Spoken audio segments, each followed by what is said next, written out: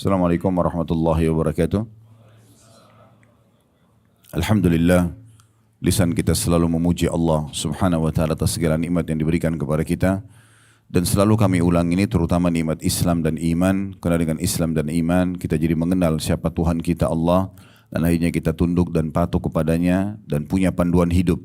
Kita tahu mana makanan, mana minuman, mana pendapatan, mana pergaulan. Seluruh aktivitas kita yang boleh dan tidak boleh. Dan selalu saja semangat untuk mengejar kebaikan-kebaikan karena agama Allah semuanya isinya kebaikan.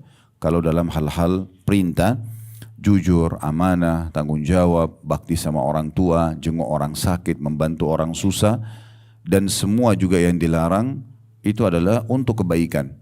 Jadi yang buruk-buruk semua dilarang, mencuri, memukul, menggunjing, memfitnah, membunuh dan seterusnya. Maka orang kalau mengikuti panduan Sang Pencipta Allah dipastikan hidupnya akan bahagia karena dia pasti akan menjadi orang-orang yang baik karena semua yang diperintahkan baik sebagaimana sudah kami sampaikan tadi. Dan ini nikmat yang luar biasa yang harusnya kita syukuri, terlebih lagi bagi teman-teman yang sekarang sedang Allah berikan kesempatan untuk mengerjakan haji furoda ini. Semoga Allah SWT mudahkan, Allah jadikan haji yang mabrur. Ini juga nikmat yang luar biasa dari sekian miliar umat Islam, cuma segelintir dari mereka yang Allah berikan kesempatan, digerakkan hatinya sehingga dia mau mengeluarkan hartanya, meluangkan waktunya. Dan ini sebuah nikmat yang besar sekali. Terlebih lagi juga teman-teman furoda, mungkin kalau anda atau antum memiliki teman-teman yang ikut furoda pasti sudah tahu semua akan turun di hotel-hotel transit. Dan Alhamdulillah Allah mudahkan hotel kita sangat dekat dengan masjid, hanya bersebelahan saja. Dan ini sebuah nikmat yang sangat besar. Mungkin kalau mau tahu dari tanggal 4 Zulhijjah sampai tanggal 14 Zulhijjah berapa harga hotel di sekitar Masjidil Haram, bisa diketik saja. Dicari di pembelian online, itu bisa mencapai harga 200-300 juta per malam ya, di hari-hari sekarang ini. Dan ini yang menyebabkan travel itu banyak yang tidak masuk dari tanggal 4 Zulhijjah sampai 14 di sekitar Haram. Bapak Ibu masih bisa mendapatkan hotel di sini. Dan ini kelasnya sudah bintang 5. Alhamdulillah, ini sebuah nikmat yang besar ya.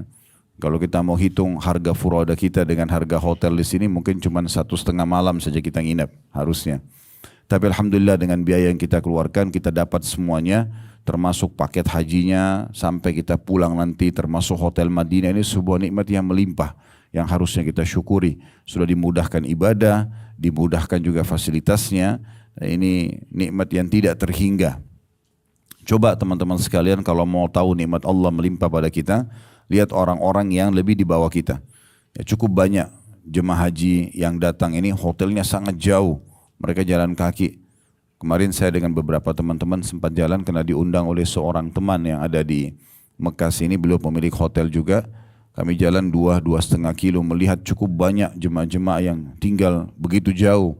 Mereka harus bolak-balik setiap 5 waktu sholat. Ini membuat kita harus lebih bersyukur kepada Allah SWT. Ini hotel kita di sebelah ini adalah dinding masjidnya, Masjidil Haram.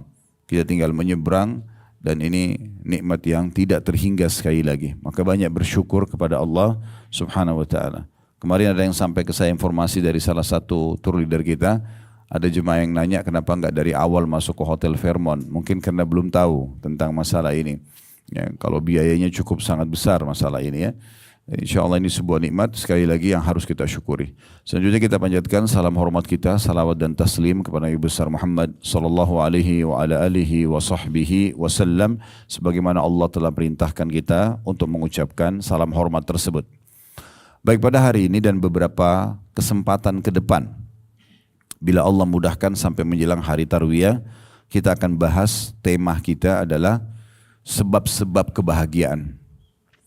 Dan insya Allah nanti kalau kita sudah masuk ke dalam kemah, akan ada bahasan buku yang sudah kami bagikan ke Bapak Ibu sekalian, 20 wasiat Nabi SAW di saat haji wada.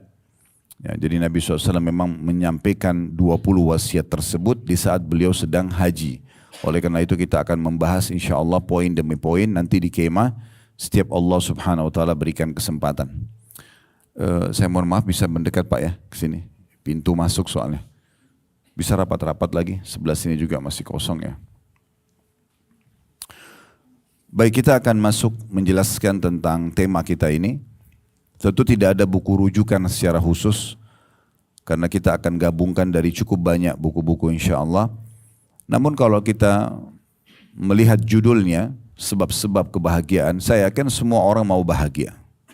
Bahagia itu kalau kita kerucutkan supaya kerangka fikir bahasan kita terarah, maka dia kurang lebih berada di dua sisi. Satu sisi, kalau seseorang itu mendapatkan dan terpenuhi semua yang dia harapkan dari nikmat-nikmat. Seperti misalnya orang lagi lapar, kemudian dia dapat makanan misalnya. Atau dia ingin sesuatu lah yang bersifat nikmat yang melimpah, itu adalah kebahagiaan. Orang mau bekerja, orang mau bisnis, orang mau dapat keuntungan, apa saja. Mungkin kita sudah tahu semua ini. Sisi yang lain, juga kebahagiaan adalah kalau seseorang mendapatkan solusi dari permasalahan. Kayak dia sakit kemudian dia sembuh misalnya. Ini juga kebahagiaan. Ya. Maka semua orang pasti ingin bahagia dan senang. Dari dua sisinya ya. Jadi bukan cuma satu sisi pada saat mendapatkan nikmat, tapi juga mendapatkan solusi dari permasalahan. Ini nikmat yang besar. Dan pastinya Islam datang sebagai agama satu-satunya yang datang dari sisi Allah SWT menjelaskan semua itu. Bagaimana agar setiap muslim dan mukmin selalu dalam keadaan bahagia dan senang. Dalam sebuah hadis yang sahih riwayat Imam Muslim, kata Nabi SAW, ajaban li amri mu'min. Sungguh mengagumkan perkaranya orang-orang beriman. Wala yakunu dzalika illa li mu'min. Dan itu tidak dimiliki kecuali oleh orang-orang beriman saja. In asabahu sarra syakar. Kalau datang padanya nikmat, maka dia bersyukur. Wa in asabahu dharra sabar. Kalau datang padanya ujian, maka dia bersabar. Ini kaidah dasarnya kebahagiaan. Kita harus tahu teman-teman sekalian, dalam kehidupan kita di muka bumi ini ada dua sayap kehidupan yang harus berdampingan. Syukur pada saat nikmat ada dan sabar pada saat ujian datang. Ini tidak bisa dipisahkan satu sama yang lain. Karena akan ada nikmat datang pada kita dan akan ada juga cobaan yang datang. Tetapi sebagaimana saya bahasakan tadi, pada saat menghadapi cobaan ini Allah akan berikan kita perangkat-perangkat untuk bisa mendapatkan jalan keluar sehingga mendatangkan kebahagiaan juga.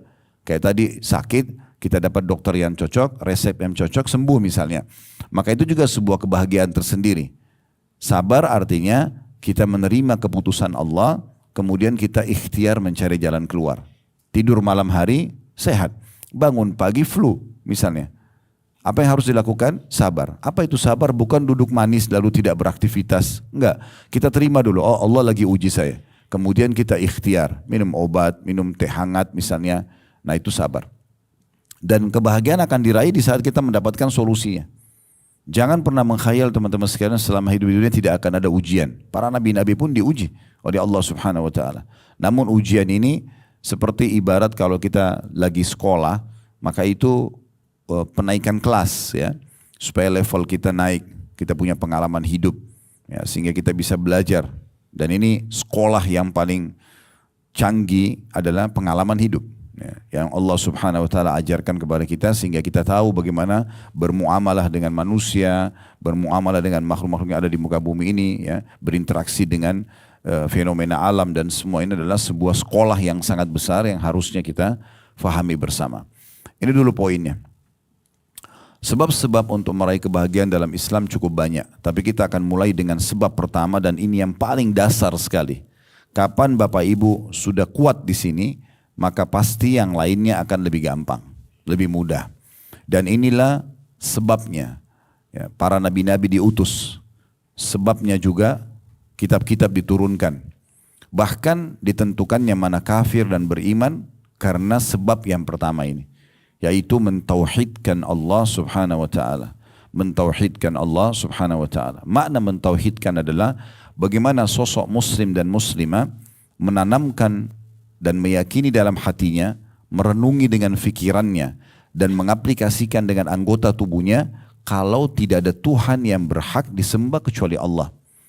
Yang dia bisa jangkau dengan mata kepalanya di langit sana dan tidak bisa dijangkau, yang dia bisa jangkau dengan mata kepalanya di muka bumi ini dan tidak bisa dijangkau, yang bisa dijangkau di kedalaman lautan misalnya, atau di dalam bumi yang tidak bisa dijangkau, semuanya kembali kepada satu kata dasar, la ilaha illallah, la ma'budu bihaqqin illallah. Tidak ada Tuhan, pencipta, pemilik, penguasa, yang menghidupkan, yang mematikan, memberi rezeki, bahkan menghukum dan memusnahkan kecuali Allah. Ini hal dasar. Teman-teman fahami baik-baik, selama 13 tahun Nabi SAW di Mekah ini, belum ada perintah jihad, belum ada perintah puasa Ramadan, belum ada perintah haji untuk kaum muslimin, walaupun pada saat itu sudah ada pelaksanaan haji oleh orang-orang musyrik Mekah yang mereka campur adukkan antara perintah syariat Nabi Ibrahim dengan kesyirikan mereka. Perintah sholat saja, Isra dan Mi'raj terjadi di tahun 10 dari masa kenabian. Lalu apa yang didakwakan oleh Nabi SAW selama 10 tahun atau 13 tahun di Mekah itu? Tauhid. Penanaman tentang bagaimana manusia menyadari mereka ini makhluk dan ada pencipta yang mengatur seluruh alam semesta ini, mengatur kehidupan dia, menciptakan dia dan perbuatan-perbuatannya semuanya, dan bagaimana dia tunduk dan patuh kepada pencipta yang satu itu. Nah ini masalah tauhid. Mungkin teman-teman bilang, kami sudah yakin Ustaz, kalau Tuhan kami Allah. Masalahnya dalam realisasi dalam kehidupan kita tidak seperti itu.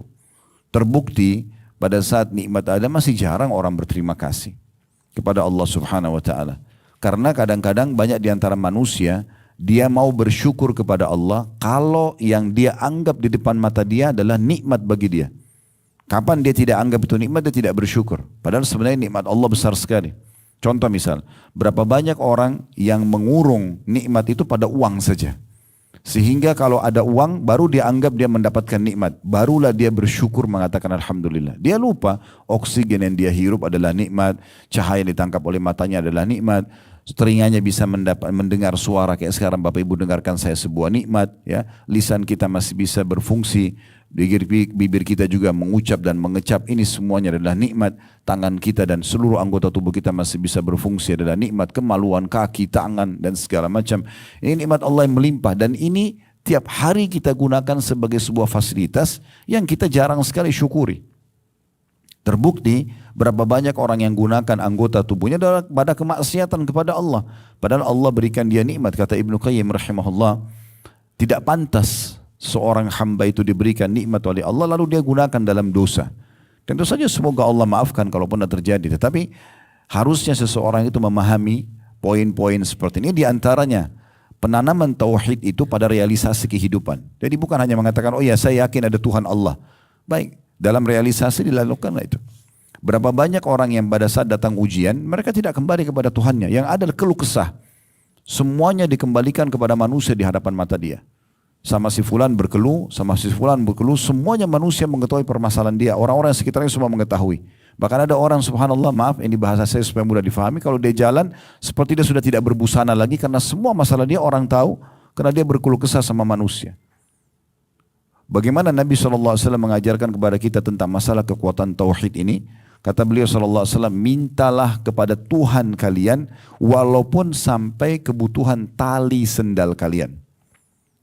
Berapa banyak orang di antara kita tidak menetapkan tauhid ini dalam kehidupannya? Kenapa tidak minta kepada Allah dan tanamkan tauhid itu pada saat kita sedang ingin ke satu supermarket misalnya atau ke satu toko pakaian beli pakaian, minta dulu kepada Allah agar Allah mudahkan mendapatkannya. Ini menghubungkan antara kebutuhan kita dunia dengan masalah tauhidnya. Nabi SAW dipastikan dijanjikan kemenangan dalam setiap peperangan beliau, tapi beliau tetap memohon kepada Allah Subhanahu Wa Taala agar diberikan kemenangan karena ingin menghubungkan antara perbuatannya dengan tauhid itu.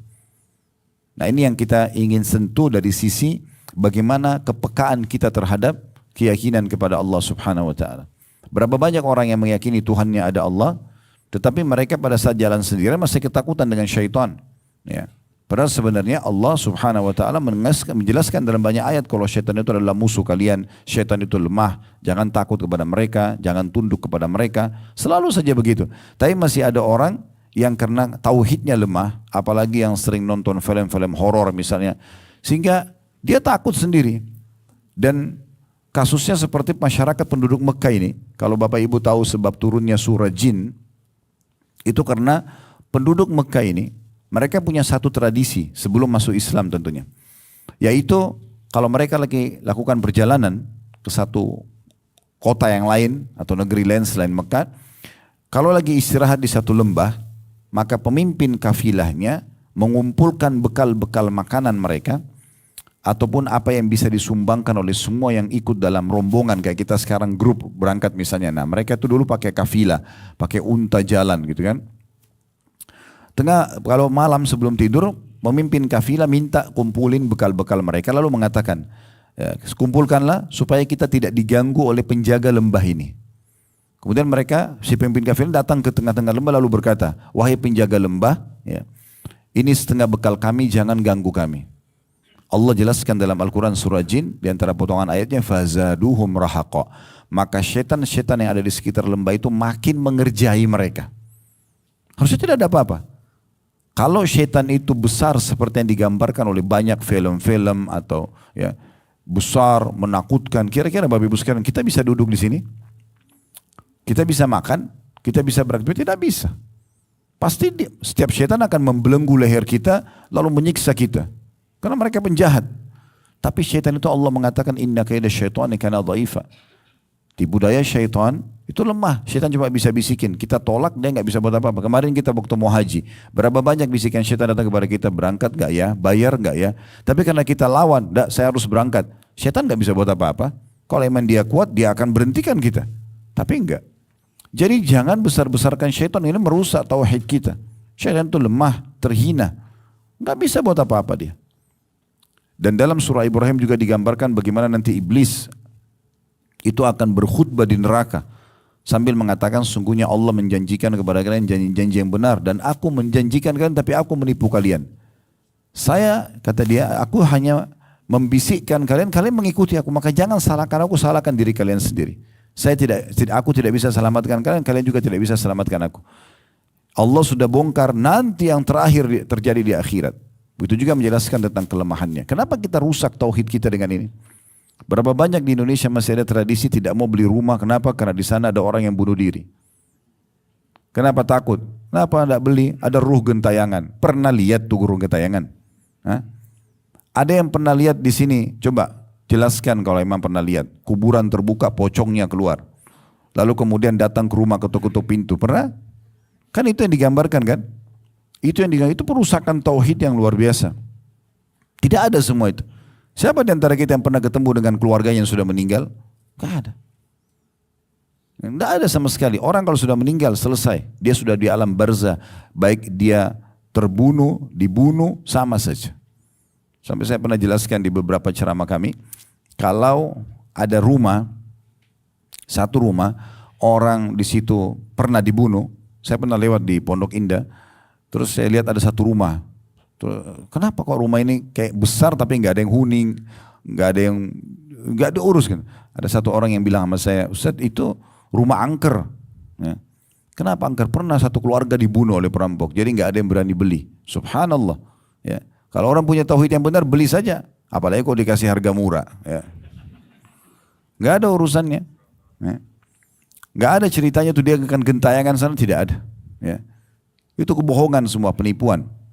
Katakan saya jelaskan, lalu dari mana Ustaz suara yang biasa saya dengar, tangisan bayi, ada suara pintu di belakang rumah, ada suara ini dan itu permainan syaitan ada di sekitar rumah itu.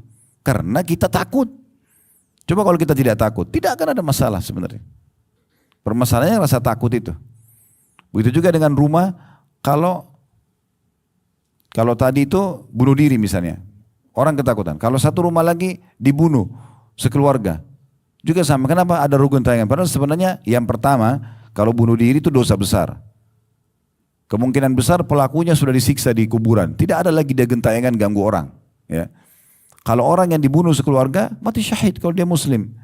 Dia bahagia di kuburannya. Nggak ada urusannya keluar ganggu orang gitu. Itu contoh gitu kan. Berapa banyak orang yang selalu disebarkan isu begitu.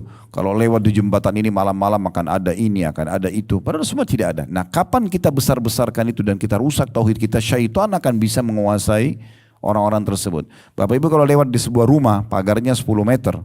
Kemudian di situ pernah misalnya ada orang bunuh diri. Kita lewat, syaitan itu akan kumpul dan membisikkan kita. Itu yang bunuh diri, perempuan, rambutnya panjang, matanya belalak. Misalnya kita bayangin dan kita takut, maka syaitan bisa menjelma seperti yang kita lihat. Karena kita ketakutan. Nah, takutnya kepada dia. Kalau kita tanya kepada teman di sebelah kita, apakah kamu lihat? Dia bilang tidak, karena dia tidak takut. Selama orang tidak takut, tidak ada masalah. Kuburan itu cuma dua keadaannya. Taman dari taman surga atau lubang dari lubang neraka. Begitu penyampaian Nabi SAW. Kalau orang beriman, maka kuburannya akan jadi taman dari taman surga. Dan tidak ada urusannya dengan orang yang ada di atasnya. Dia tidak akan keluar menyampaikan ini enak loh kuburan saya. Enggak. Orang juga yang disiksa di kuburan tidak akan keluar dan menceritakan oh siksaan saya begini. Sampai kata Nabi SAW dalam hadis, kalau orang itu kafir, maka Allah akan utus, karena dia ditanya siapa Tuhanmu, siapa Nabimu, apa itu, dia tidak bisa jawab. Allah akan utus kepadanya malaikat yang tidak punya pendengaran dan penglihatan, yang membawa sebuah besi. Kalau besi itu di seluruh jin dan manusia bersatu untuk membalikkannya, mereka tidak akan mampu. Dan dihantamkan ke kepala orang ini sampai dia hancur. Kemudian dia utuhkan lagi, begitu terus sampai menjelang hari kiamat. Ini kondisinya orang yang sedang disiksa di kuburan gitu ya.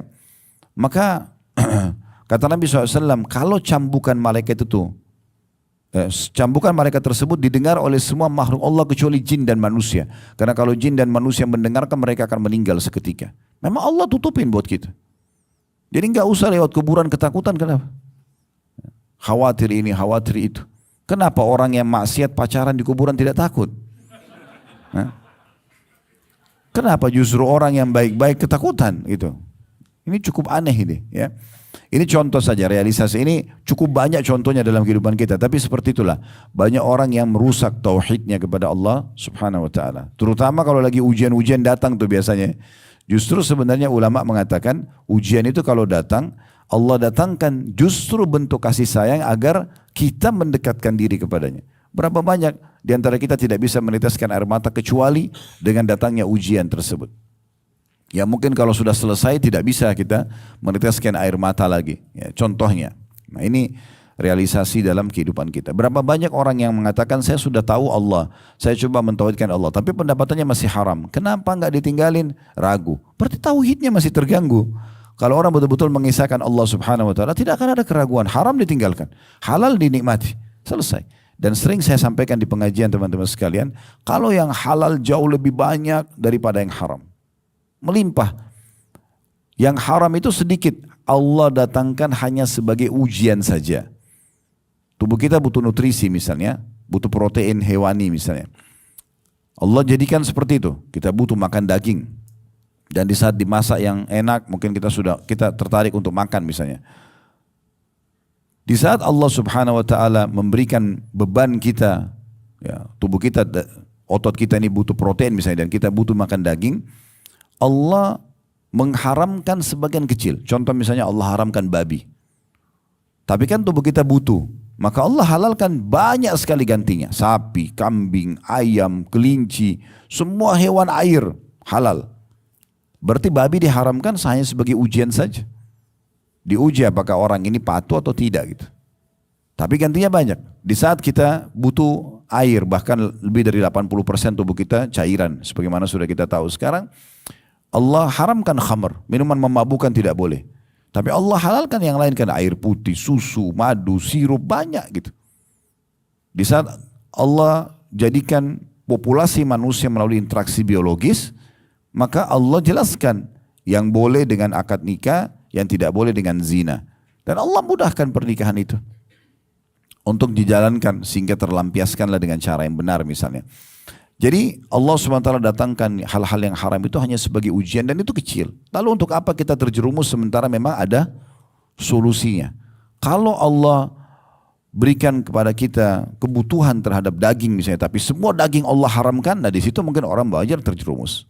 Tapi ini tidak, gitu kan? Nah ini contoh realisasi tentang masalah tauhid tersebut. Ya, berapa banyak orang begitu. Akhirnya di negara kita cukup banyak kan orang kalau lagi bermasalah larinya malah ke dukun, larinya malah ke syaitan, ya, bertapa, minta ini, minta itu, ya. Seakan-akan memang tidak bertauhid kepada Allah. Orang kalau bertauhid kepada Allah sangat yakin dari kita sebelum lahir sampai kita meninggal semua rezeki kita sudah ditentukan.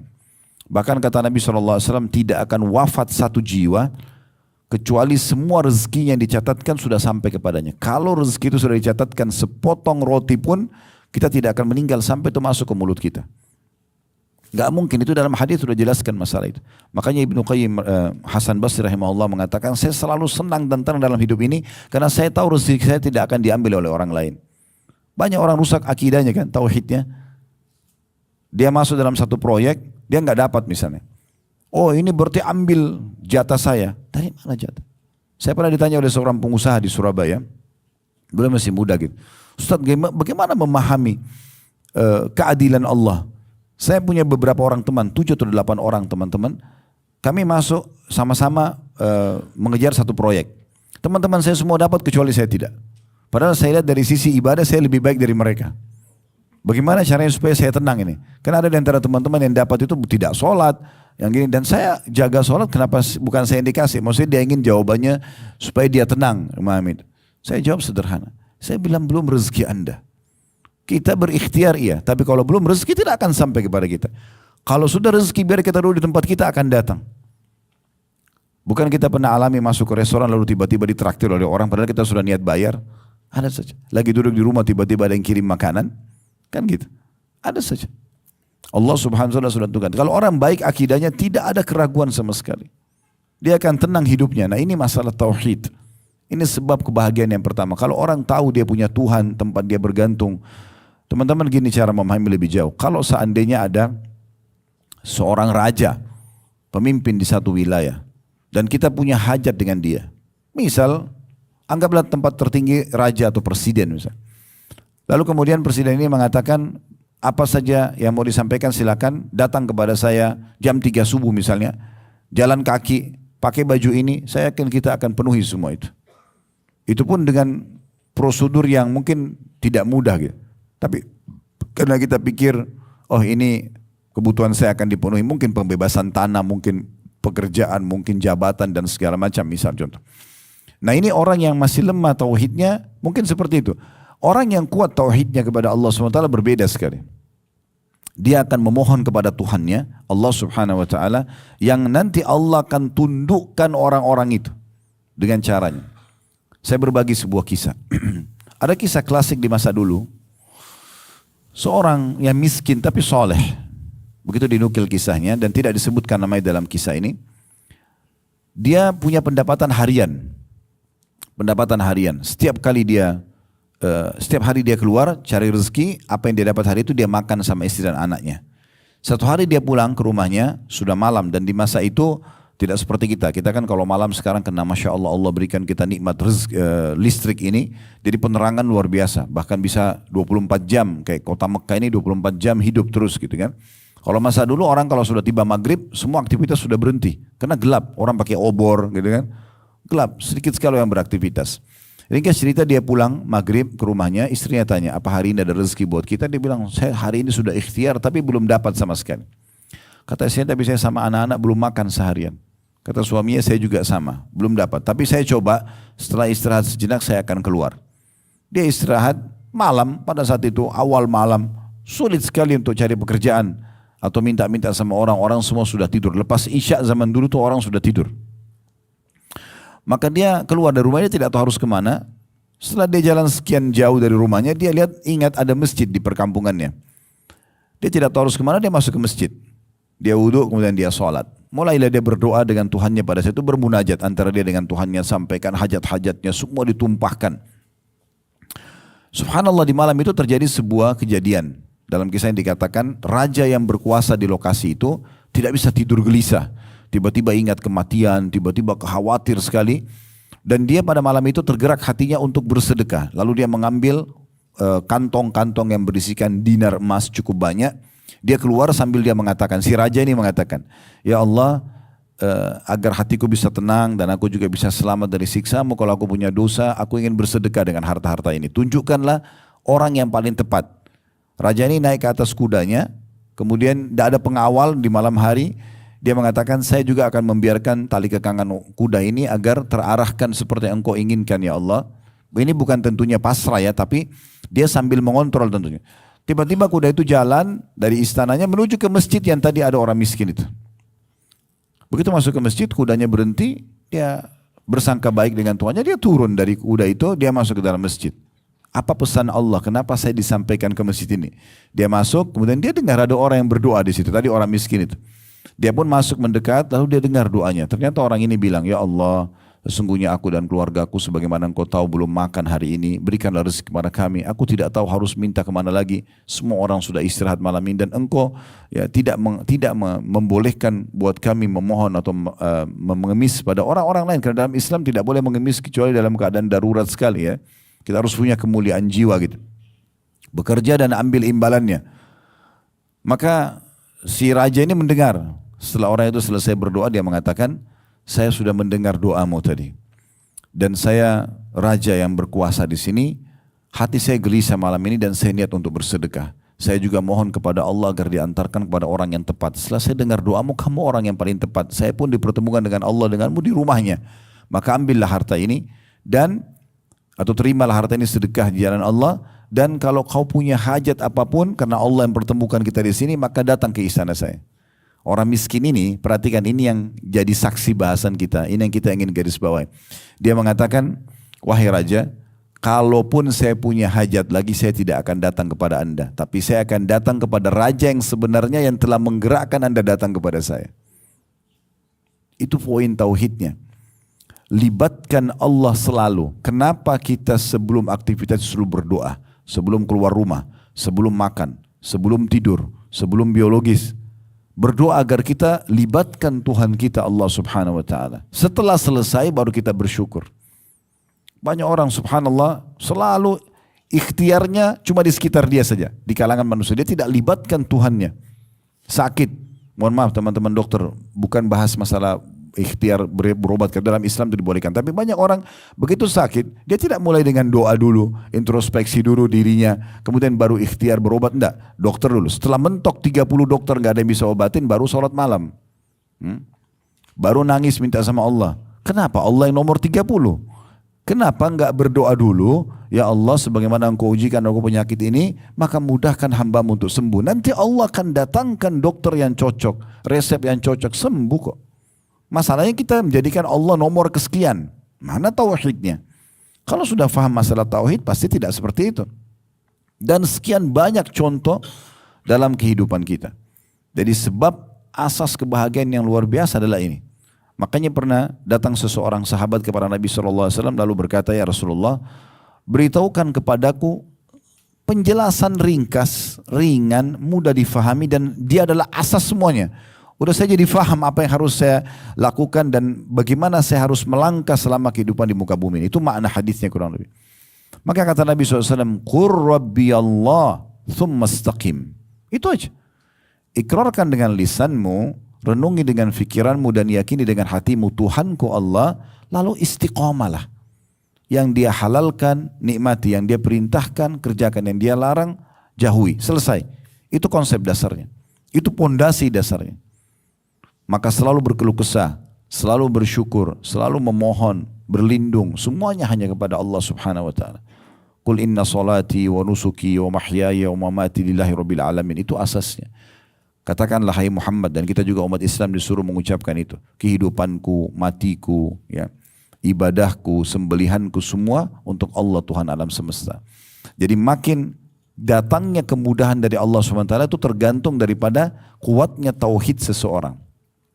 Makin kuat tauhid kita kepada Allah SWT, jadi selalu mengembalikan perkara kita kepada Allah dan juga mengembalikan ya, atau memohon, melibatkan Allah Subhanahu Wa Taala dalam setiap aktivitas kita, maka makin mudah segala urusan kita. Maka tentu akan datang kebahagiaan tersebut. Ya. Saya akan bacakan salah satu buku yang unik, ya, kecil, ditulis oleh Darul Wahyin namanya. Judulnya itu 10 sebab lapangnya hati kalau bahasa Indonesianya ya. Bahasa Arabnya Asyaratu Asbab Linsyirahis Sadr. Di poin yang pertama beliau menyebutkan yang dapat melapangkan dada, membahagiakan hidup adalah mentauhidkan Allah Azza wa Jal. Lalu beliau menukil di halaman 11-nya Ibnu Qayyim rahimahullah berkata, mencintai Allah Azza wa Jal, mengenalnya, senantiasa mengingatnya, merasa tenang dan tentram kepadanya, jadi selalu libatkan Allah dalam setiap aktivitas, ya.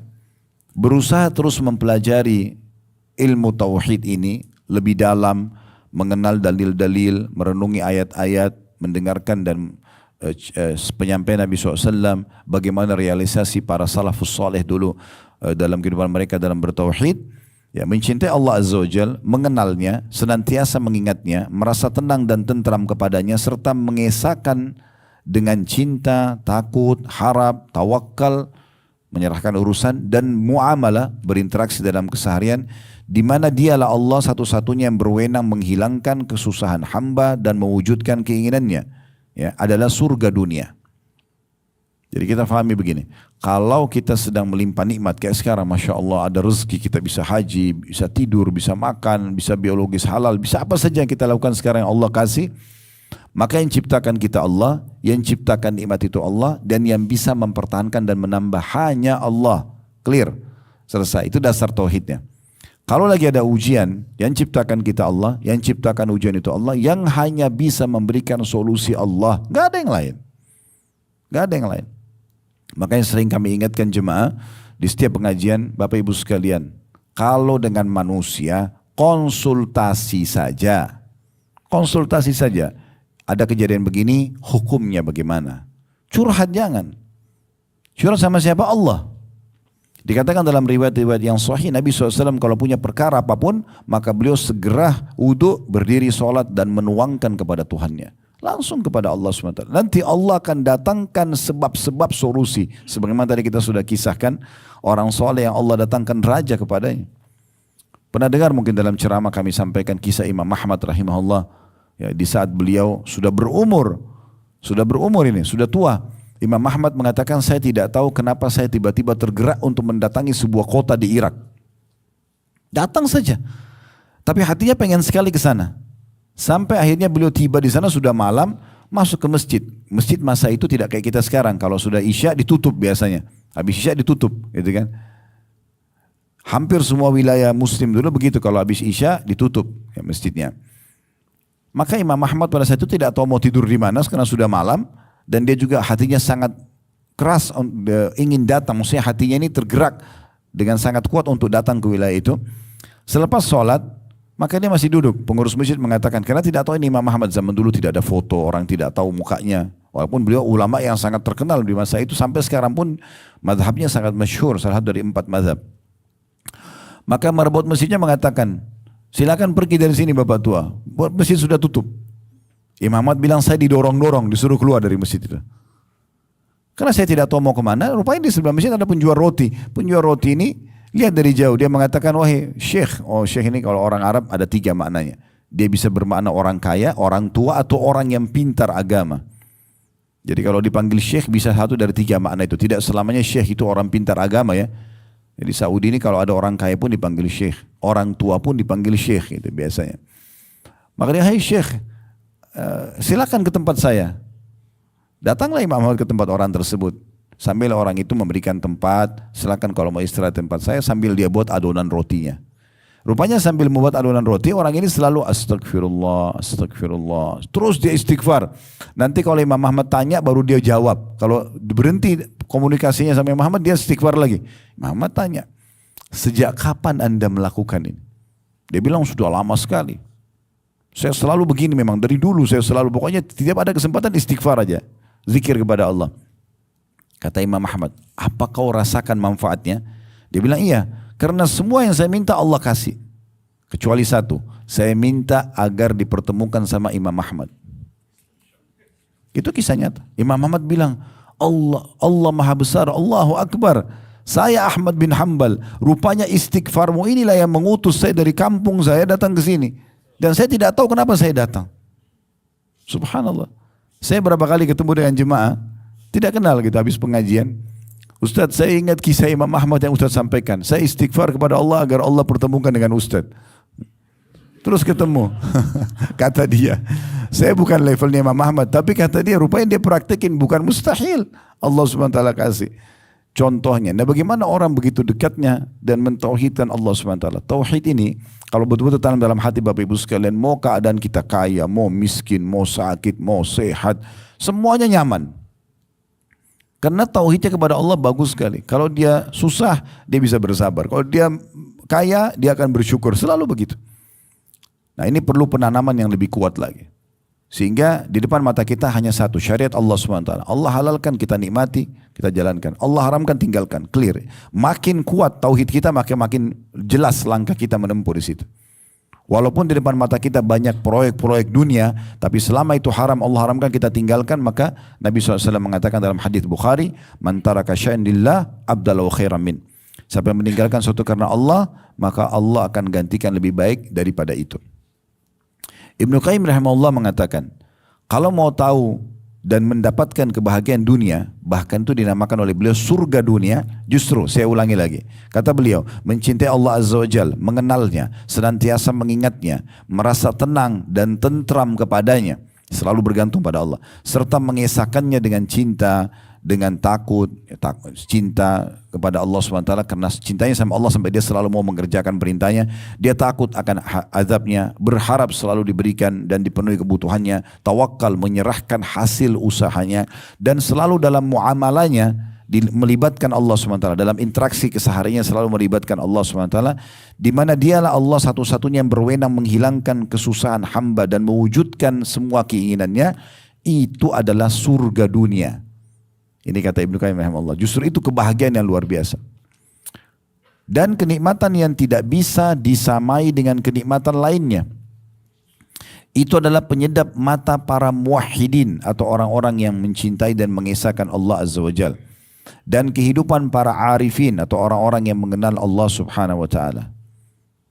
Beliau juga mengatakan sejauh mana kesempurnaan, kekuatan dan bertambahnya tauhid itu, maka sejauh itu pula kelapangan dada pemiliknya. Banyak di antara para sahabat Nabi, teman-teman sekalian, mereka pada saat pergi berjihad, ada yang pergi berjihad tidak punya perlengkapan perang.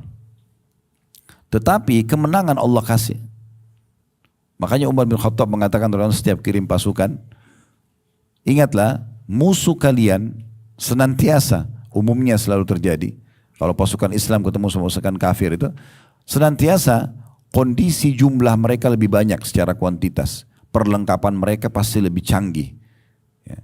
Tetapi kesalahan mereka karena mereka tidak mengenal Tuhan mereka, mereka kufur, mereka bermaksiat kepada Tuhan mereka.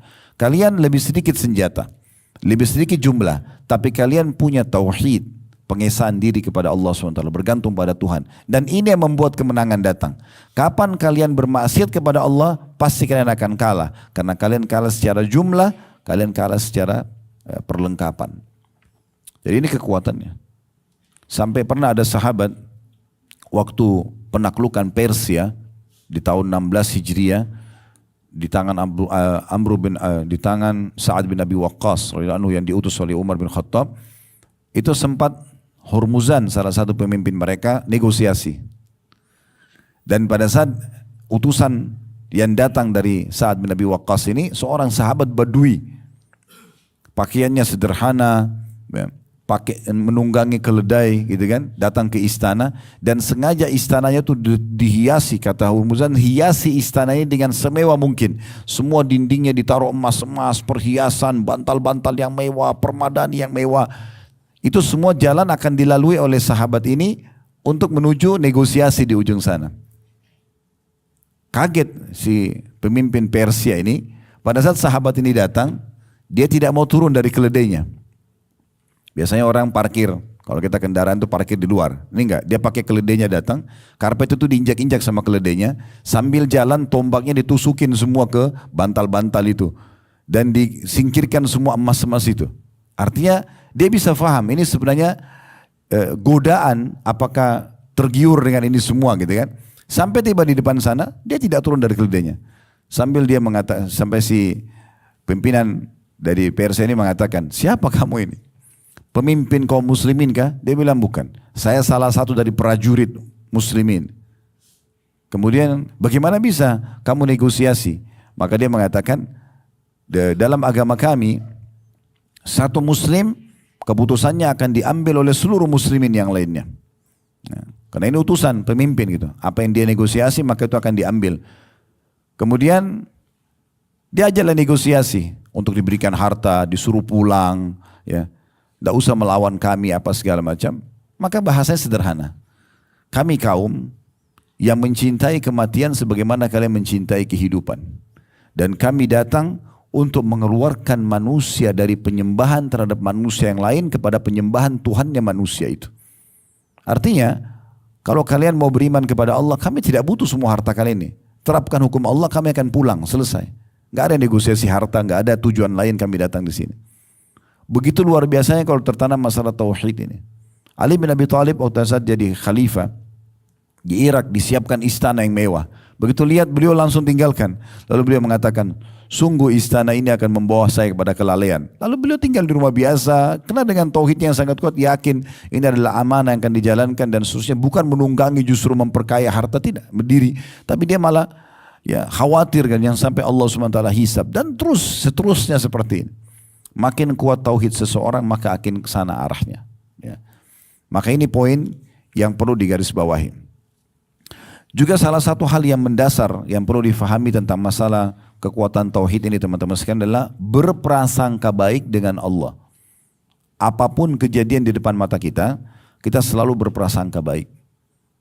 Tolok ukurnya adalah baik di mata Allah Subhanahu wa taala, bukan baik di mata kita atau di mata manusia.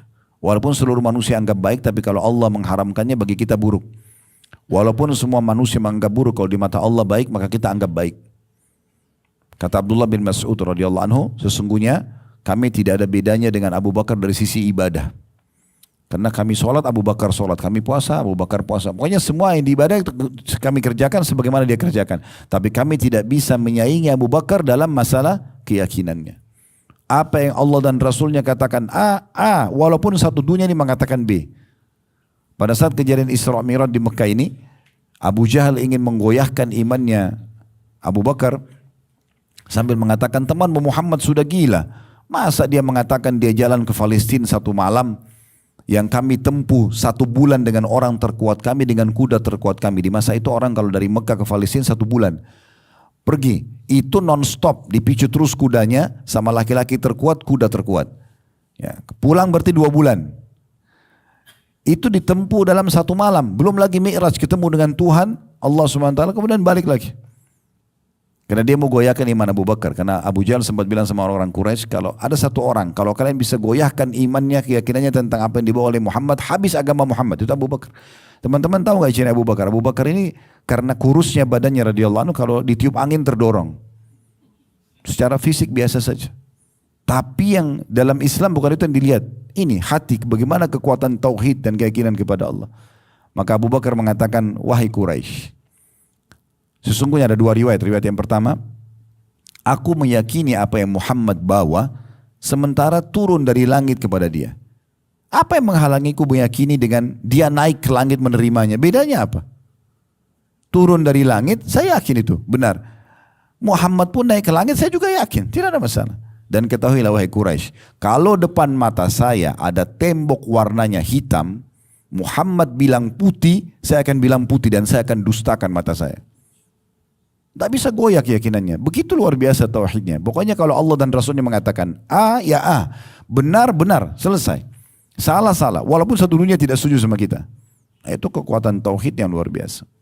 Kapan itu sangat kuat dalam diri kita, maka semua pintu kebahagiaan akan terbuka. Makanya saya katakan tadi pondasi dasarnya.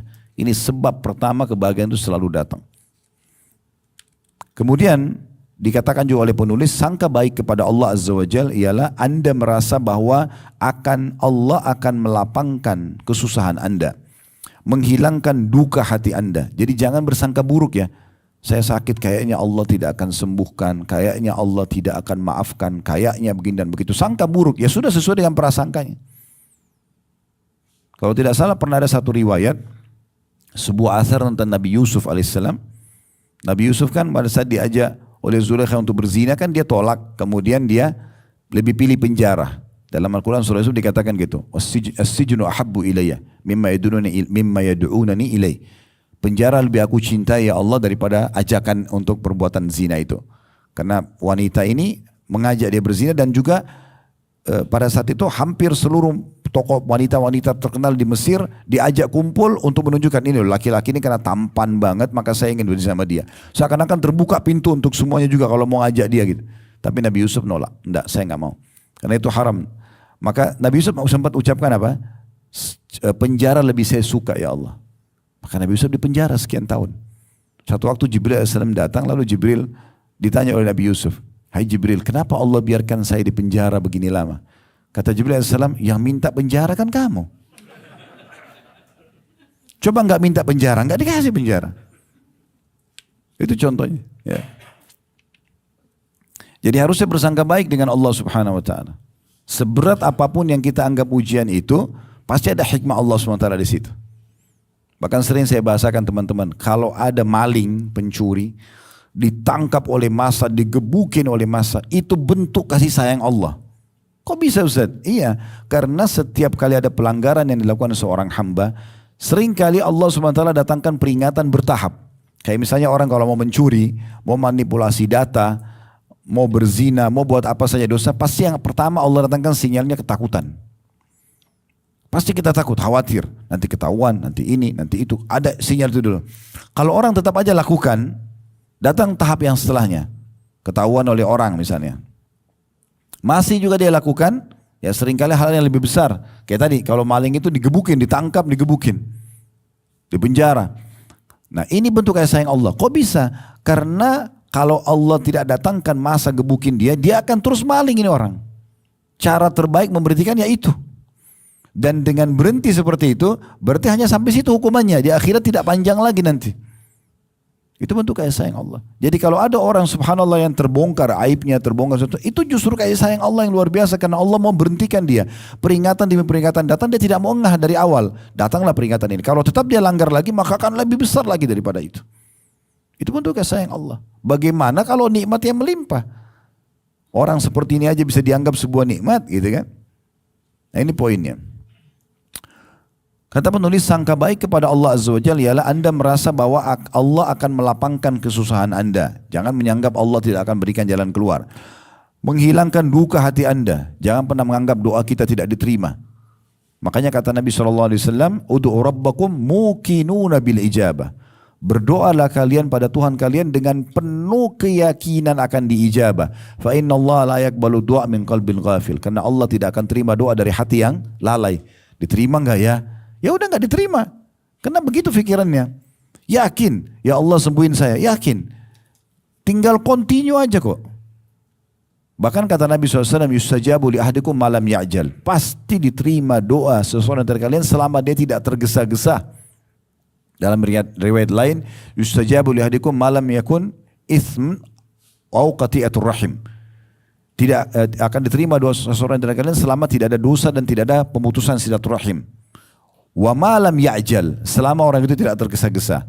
Para sahabat bertanya, wa kaifal isti'jal? Bagaimana cirinya orang yang tergesa-gesa ya Rasulullah? Kalau orang buat dosa wajarlah, melanggar Allah tidak kasih, itu wajar. Putus silaturahim, Allah suruh juga silaturahim. Durhaka sama orang tua, putus hubungan sama saudaranya, Allah tidak terima doanya. Itu orang sudah faham umumnya. Tapi kalau tergesa-gesa ini bagaimana? Kata Nabi SAW, yaqulu da'autu walam yustajabu li fatarakat doa. Dia bilang saya sudah berdoa, kemudian terakhir ditutup dengan sangka buruk kepada Allah. Tapi Allah belum kasih, lalu dia tinggalkan doa. Mungkin tinggal sehari lagi berdoa, mungkin tinggal 2 hari lagi berdoa. Lanjutin sampai Allah kasih. Sampai pernah Ibnu Qayyim rahimahullah melewati sebuah rumah. Kebetulan rumah itu ada satu ibu lagi marah sama anaknya. Lalu anak itu dikeluarkan dari pintu rumah oleh ibunya. Terus ibunya tutup pintu. Anak itu ngerengek-ngerengek depan pintu, nangis-nangis. Ibnu Qayyim tunggu sampai anak itu tertidur ya, karena capek gitu, nangis, oleh ibunya tetap tidak bukain pintu. Begitu tidur ibunya nggak tega dibukain pintu, digendong masuk ke dalam. Kata Ibnu Qayyim rahimahullah, subhanallah, maha suci Allah. Andai saja seorang hamba seperti anak itu kepada ibunya, pasti Allah akan kasih. Dan teman-teman, ada sebuah hadis yang luar biasa. Ini hadis emas kalau bagi saya. Kata Nabi SAW dalam hadis yang sahih, kalau Allah mendengar doa yang indah dari seorang hamba, kita panjatkan dengan terus munajat, ya Allah berikan, ya Allah mudahkan, terus non-stop, maka Allah terlambatkan jawabannya. Kenapa? Agar dia tetap dalam doanya. Coba bayangkan teman-teman, kalau kita lagi sakit, ya Allah sembuhin, langsung sembuh. Masih berdoa? Kan berhenti. Tapi kalau Allah kasih kita 3 hari, 1 minggu, dokter juga kasih dosis ini, minumlah sekian hari. Di saat itulah kita terus akan berdoa kepada Allah. Dan tahu nggak teman-teman sekalian, doa-doa yang kita panjatkan ini, tidak usah bicara urusan akhirat yang kita minta surga, ini besar sekali.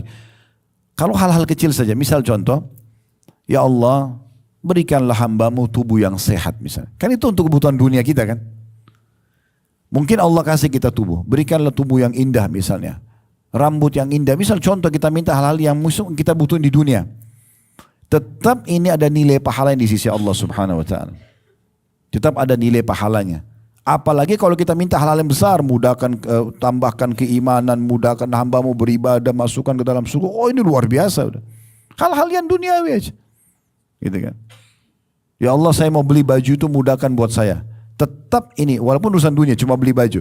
Ada nilai pahala doa itu yang akan kita panen pada hari kiamat. Bahkan dalam sebuah riwayat yang sahih yang luar biasa. Kata Nabi SAW, akan datang hamba-hamba Allah pada hari kiamat nanti diberikan pahala bergunung-gunung. Banyak sekali. Dan dia tidak tahu dari mana. Sampai dia bertanya kepada para malaikat, dari mana ini? Mereka sendiri bingung. Si yang dapat ini pahala, bingung dari mana pahala ini. Kayak tidak teringat pernah buat ibadah seperti ini pahalanya. Kata para malaikat, ini adalah doa-doa kalian yang belum kalian lihat jawabannya di dunia. Diberikan dalam bentuk pahala yang bergunung-gunung hari kiamat. Kata Nabi SAW apa dalam penutupan hadis, maka pada saat itu semua hamba-hamba yang dikasih pahala bergunung-gunung ini berharap agar semua doanya di dunia tidak dikasih di dunia, agar terima di akhirat. Gak ada yang sia-sia. Kata Nabi SAW dalam hadis, tidak ada seorang muslim yang berdoa di muka bumi ini kecuali akan diberikan hanya melalui salah satu dari 3 tahapan. Bisa diberikan langsung pada saat itu. Ya Allah sembuhkan, ya Allah mudahkan, Allah kasih. Atau dihilangkan musibah yang akan menimpa dia. Berapa banyak bahaya yang akan menimpa kita, kita terselamatkan karena sering baca Rabbana atina fid dunya hasanah. Karena sering minta agar diberikan kebahagiaan di dunia. Tidak dikasih. Mungkin kita minta satu proyek Allah belum kasih. Tapi ternyata Allah selamatkan kita dari satu mara bahaya dengan itu. Atau ini kata Nabi SAW disimpankan untuk yang dia panen dalam bentuk pahala pada hari kiamat nanti. Gak ada yang sia-sia. Jadi makin kental masalah tauhid ini makin baik. Saya ulangi kembali. Sangka baik kepada Allah Azza wa Jalla ialah Anda merasa bahwa Allah akan melapangkan kesusahan Anda, menghilangkan duka hati Anda. Selagi hamba bersangka baik kepada Rabb-Nya, maka Allah Azza wa Jal membukakan berbagai keberkahan untuknya dari arah yang tidak disangkanya. Karena itu, wahai hamba Allah, hendaklah Anda bersangka baik kepada Rabb Anda. Niscaya ya, Anda akan melihat dari Allah sesuatu yang menggembirakan. Disebutkan di dalam hadis Abu Hurairah radhiyallahu anhu dalam hadis riwayat Ahmad dan Ibnu Hibban dan disahihkan oleh Ibnu Hibban, Rasulullah SAW bersabda, qala Allah Ta'ala, Allah yang maha tinggi dan maha mulia berfirman, ana inda dhanni abdi bi, aku akan selalu sesuai dengan prasangka hambaku kepadaku. In dhanna bi khairan falahu, kalau dia bersangka baik kepadaku maka ia akan mendapatkan kebaikan itu. Allah akan sembuhkan, Allah akan kasih. Selama belum datang mohon aja terus, merengek aja terus. Minta, makin merengek maka makin dekat dengan ijabah. Makin putus asa, kayaknya enggak diterima enggak sih ragu. Ya udah seperti dengan niatnya, sesuai dengan prasangkanya. Jadi kuatkan keyakinan kita kepada Allah Subhanahu wa taala. Jika dia sangka baik maka akan dapat kebaikan itu, ya. Wa in dhanna syarran falahu. Dan kalau dia bersangka buruk, maka ia akan mendapatkan keburukan itu. Kayaknya saya tidak akan sembuh. Ya sudah tidak sembuh. Kayaknya saya tidak akan menikah. Kayaknya saya tidak akan punya keturunan. Kayaknya saya tidak akan begini. Sangka buruk dengan Allah. Tapi kalau sangka baik tidak ada yang mustahil. Ini pernah saya sampaikan teman-teman sekalian. Kalau Anda mau baca, bisa baca dalam surah Maryam itu ya. Surah nomor 19 ingat saya. Itu di awal-awalnya, di ayat-ayat awalnya, belasan ayat pertama kisah tentang Nabi Zakaria alaihissalam. Nabi Zakaria ini menikah dengan istrinya masih muda. Di bawah 30 tahun, istrinya juga masih muda. Tapi subhanallah, Allah uji istrinya mandul. Istrinya mandul. Maka Allah ceritakan dalam Al-Quran surah Maryam dan juga disebutkan dalam surah Al-Imran tentang masalah itu. Ya. Ini pernah kami bahas di dalam satu tema judulnya Dahsyatnya Doa. Kalau teman-teman cari di playlist YouTube nanti akan lihat ada dahsyatnya doa itu panjang lebar saya jelaskan kisah ini tentang kisah Nabi Yunus alaihissalam, kisah Nabi Ayub alaihissalam cukup banyak. Tapi saya angkat sekarang kisah Nabi Zakaria alaihissalam. Nabi Zakaria ini menikah dan istrinya mandul. Subhanallah selalu minta keturunan sama Allah. Tapi dia minta keturunan kepada Allah dari istrinya yang mandul ini. Terus dia bilang Allah berikan anak. Umur 30 tahun mohon. Sampai 10 tahun, umur 40 tahun belum dikasih. Umur 50 tahun belum dikasih. Umur 60 tahun belum dikasih. Bapak Ibu tahu kapan Nabi Zakaria dapat anak? Itu umurnya 100 tahun. Istrinya yang mandul tadi, yang masih 20 tahun waktu nikah, gak bisa punya anak. Itu hamil di umur 90 tahun. Coba baca tafsir surah Maryam di ayat-ayat pertamanya itu. Sampai Allah gambarkan di situ, waktu Nabi Zakaria diijabah doanya sama Allah, dikasih anak, agar menjadi tanda-tanda kebesaran Allah kepada manusia. Karena tidak ada yang mustahil, walaupun mustahil di mata manusia. Di mata Allah tidak ada yang mustahil. Maka Nabi Zakaria lagi di mihrabnya umur 100 tahun. Semua rambutnya sudah putih, jenggotnya semua sudah putih. Malaikat datang menyampaikan, berita gembira kepadamu hai Zakaria, sesungguhnya Allah akan memberikan engkau anak. Anak itu bukan cuman anak. Allah akan kasih engkau anak laki-laki. Dan Allah sudah langsung berikan namanya Yahya. Plus lagi Allah akan angkat dia menjadi nabi dan termasuk orang-orang saleh. Itu ada gabungan ini penjelasan gabungan dari surah Al Imran dengan surah Maryam ya. Yang jelas pada saat itu pertanyaan Nabi Zakaria pada malaikat Jibril pada saat itu ya. Bagaimana aku bisa punya anak? Sementara kendala pertama istriku mandul dan aku juga sudah sangat tua. Maka kata para malaikat, tidak ada yang mustahil bagi Tuhanmu. Sesungguhnya engkau pun hai Zakaria telah diciptakan sama Allah dari sesuatu yang tidak ada. Tidak ada yang mustahil. Maka karena gembiranya dia mengatakan, ya Allah berikan aku tanda-tanda kalau istriku hamil. Ya. Bukan hanya sekedar nanti ngidam. Kita biasa ngidam mungkin ya, atau perutnya besar baru kita tahu istri hamil. Ini enggak. Sebelumnya ya Allah begitu sudah ada ya benih, ada bibit manusia di rahimnya, berikan aku tanda-tanda. Maka Allah mengatakan tanda-tandanya adalah pada saat istrimu hamil, maka engkau tidak bisa berbicara. Suaranya enggak keluar, kecuali untuk berzikir saja. Jadi kalau ngomong yang lain enggak bisa. Maka Nabi Zakaria dengan penuh keyakinan keluar kepada kaumnya mengatakan, hai kaum, sesungguhnya banyaklah berzikir kepada Allah SWT. Dia ceritakan tentang kejadian tersebut. Kalau suara saya tidak keluar berarti sudah tanda-tanda istri saya lagi hamil, maka saya tidak bisa berbicara dengan kalian. Tapi kalau beliau berzikir, subhanallah, alhamdulillah, keluar suaranya, maka hamil istrinya. Punya anak. Nabi Ibrahim AS berapa tahun menikah dengan Sarah. Sampai umur di atas 60 tahun. Tidak punya anak. Sarah hamil, mandul sudah tua. Jangan digambarkan juga Sarah pun sampai memukul kedua pipinya sambil mengatakan untuk malaikat menyampaikan berita gembira dia akan hamil. Bukan cuma itu. Hamil dikasih nama anaknya Ishak. Dan dikasih berita gembira Ishak juga akan lahir namanya Yakub. Dua-dua diangkat Nabi. Sarah melihat anaknya lahir dan melihat cucunya lahir. Terus sudah sangat tua. Allah jadikan sebagai tanda-tanda kebesaran Allah SWT.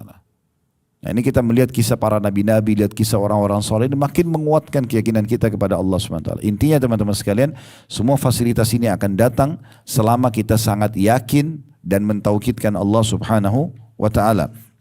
Dan tentunya juga akan hilang dari kita tergantung daripada bagaimana kita merusak tauhid kita dan melemahkan tauhid tersebut. Ya, makin orang bergantung dengan Allah, maka makin Allah hadir dalam hidupnya, dan makin manusia bergantung pada makhluk, maka Allah akan biarkan dia bergantung pada makhluk. Dalam sebuah hadis qudsi Allah SWT berfirman begitu, siapa yang menggantungkan nasibnya urusannya kepada aku akan jadi pemenuh, dan siapa yang menggantungkan nasibnya pada selain aku, maka aku akan biarkan dia dengan sekutu-sekutuku itu. Silakan, tapi tidak akan dapat apa-apa. Sampai seorang penyair Arab mengatakan, jangan engkau minta kepada manusia yang kalau engkau minta kepadanya, maka dia akan marah. Kita kalau minta sekali, minta tolong, mau. 2 kali, 2 mau. 10 kali, dia akan marah. Tapi mintalah kepada Allah, zat yang kalau kau tidak minta justru dia marah. Orang kalau tidak berdoa Allah marah. Dalam sebuah riwayat Tirmidzi kata Nabi SAW, man lam yad'ullah yaghdab alaih. Siapa yang tidak berdoa sama Allah, tidak munajat sama Allah, tidak berkeluh kesah, tidak curhat, tidak manja dengan Allah, maka Allah marah padanya. Allah justru meminta kita agar memohon kepadanya. Sebagai penutup, saking sifat maha pemurahnya Allah subhanahu wa ta'ala ini, teman-teman sekalian, Allah jadikan permohonan doa dan apapun hajat kita kepadanya agar dipertahankan nikmat itu lebih besar keutamaannya dan pahalanya di sisi Allah dibandingkan kalau musibah datang kemudian kita minta solusinya. Oleh karena itu tidak ada alasan kita lagi sehat begini kita mengatakan saya nggak tahu mau minta apa Ustaz. Karena badan saya sehat, harta saya melimpah, pasangan ada, keturunan ada. Keliru kalau ada pikiran seperti itu. Justru puncak pahala doa, munajat kepada Allah itu justru pada saat nikmat ada kita minta dipertahankan. Ya Allah, pertahankan kesehatanku ini, keturunanku ini, kebahagiaan rumah tanggaku ini, keturunanku dan seterusnya, usahaku. Itu kalau kita minta lebih afdal daripada nanti lagi bangkrut, lagi ada masalah baru kita minta diberikan solusinya. Dan kata Nabi SAW, kenali Tuhanmu pada saat kau sedang lapang, maka dia akan mengenalimu pada saat kau sedang susah. Jadi kalau mau kita diterima doa-doa kita pada saat kita lagi genting, lagi ada masalah, justru pada saat lagi lapang seperti ini kita banyak berdoa kepada Allah subhanahu wa ta'ala. Sebagai penutup, masih lanjutan perkataan Ibnu Qayyim rahimahullah. Tadi setelah beliau mengatakan bahwasanya orang kalau bergantung pada Allah, cinta pada Allah, beribadah kepadanya dan seterusnya, itu adalah surga dunia. Sebaliknya, orang yang sibuk dengan pelanggaran-pelanggaran agama, berkeyakinan kepada selain Allah seperti bergantung pada syaitan dan para juru bicaranya, para dukun-dukun, para ahli maksiat, maka itu adalah neraka dunia sebelum datangnya neraka akhirat. Karena hanya akan mendatangkan kesempitan hati, ya, kemudian permasalahan tidak selesai, kesedihan yang terus berlanjut. Ini semua karena dosa yang dilakukan dan pelanggaran kepada Allah subhanahu wa ta'ala. Allahu a'lam.